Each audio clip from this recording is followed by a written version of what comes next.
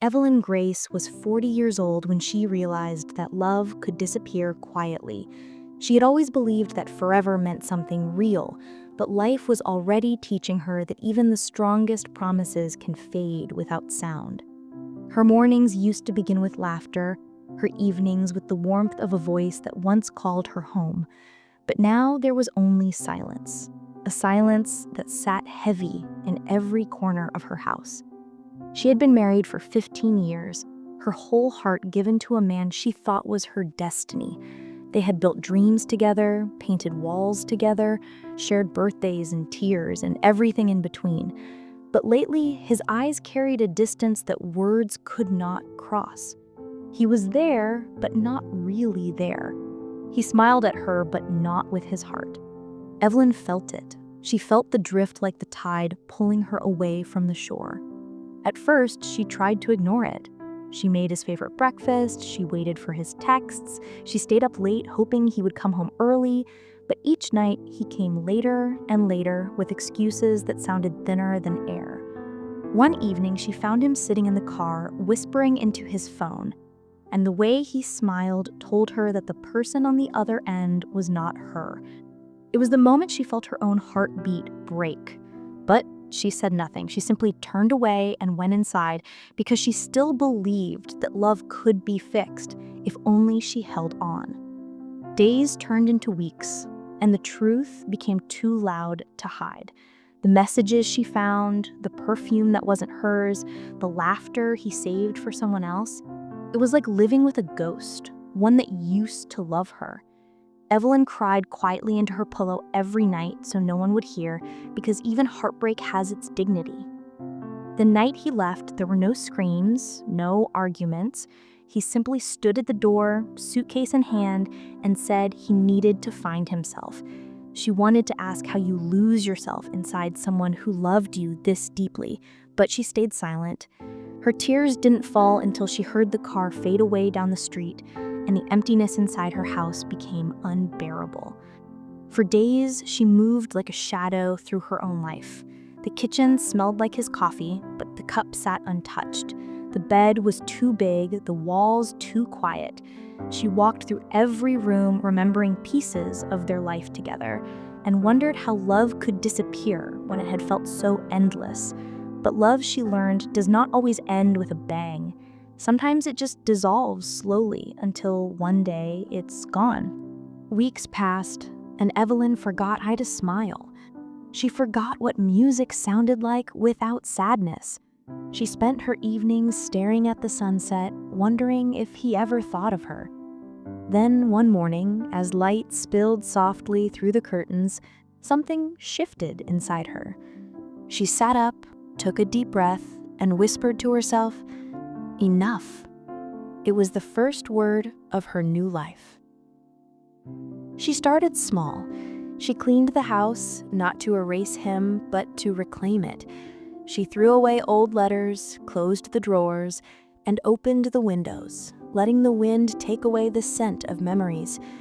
She made herself coffee, and for the first time, it tasted like peace. Evelyn began walking every morning through the park near her home. At first, it felt strange to be alone, but with every step, she felt lighter. She noticed the sound of birds, the laughter of children, the smell of blooming flowers, all the things she had forgotten while trying to hold on to someone who had already let go. One morning, she met a woman sitting on a bench, sketching quietly. The woman smiled and said, "You have kind eyes." Evelyn laughed softly and said, "Maybe they are tired eyes." The woman replied, "Sometimes tired eyes are the kindest because they have seen everything and still choose to look at beauty." That night, Evelyn thought about those words, and for the first time, she smiled for real. She began to write again, filling pages with her feelings, her pain, her hope, her rediscovery. Each word was a small step toward healing. Some nights she cried while writing, but even those tears felt different, softer somehow. They weren't for him anymore. They were for the version of herself she had abandoned. Months passed, and the ache began to fade.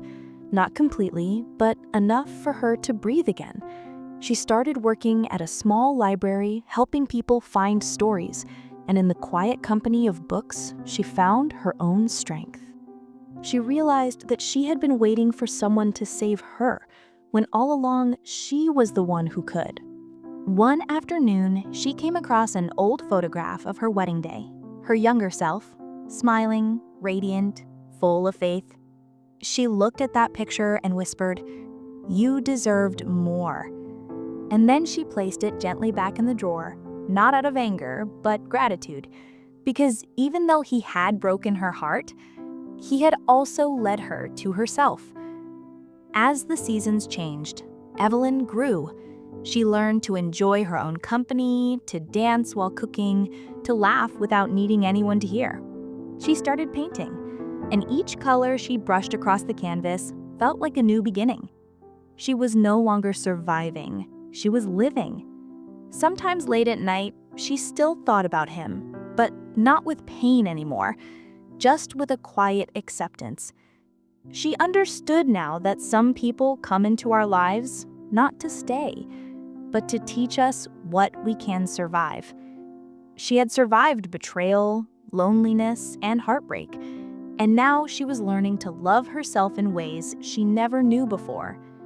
One evening, while standing on her balcony, she looked at the stars and felt something beautiful, something she had not felt in years: peace. She whispered into the night, "I forgive you. Not for you, but for me." And as she said it, the weight she had carried for so long finally lifted. Evelyn Grace, at 40, was not the same woman she had been at 25. She was stronger, softer, wiser. She no longer searched for love in someone else because she had found it within herself. She had learned that sometimes losing someone is the only way to find your own soul. And so, her story became one of quiet rebirth. The house, once filled with silence, now echoed with music, her laughter, her dreams. She spent her mornings writing letters to the universe, her evenings watching sunsets with gratitude.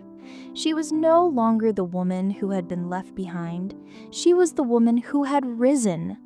She often met people who carried the same kind of sadness she once did. And when they asked how she had survived, she smiled and said, "You don't survive by forgetting.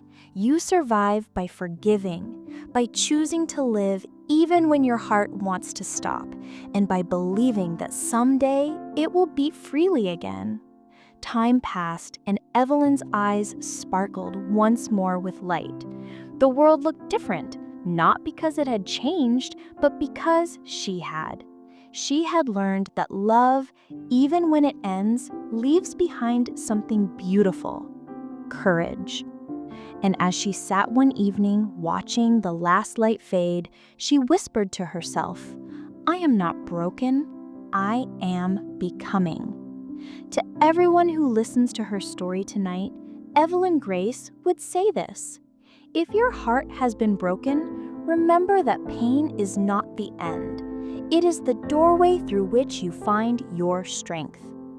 And she would leave you with a question, gentle and soft, like the closing of a book. When love fades, will you let it destroy you, or will you let it teach you who you truly are?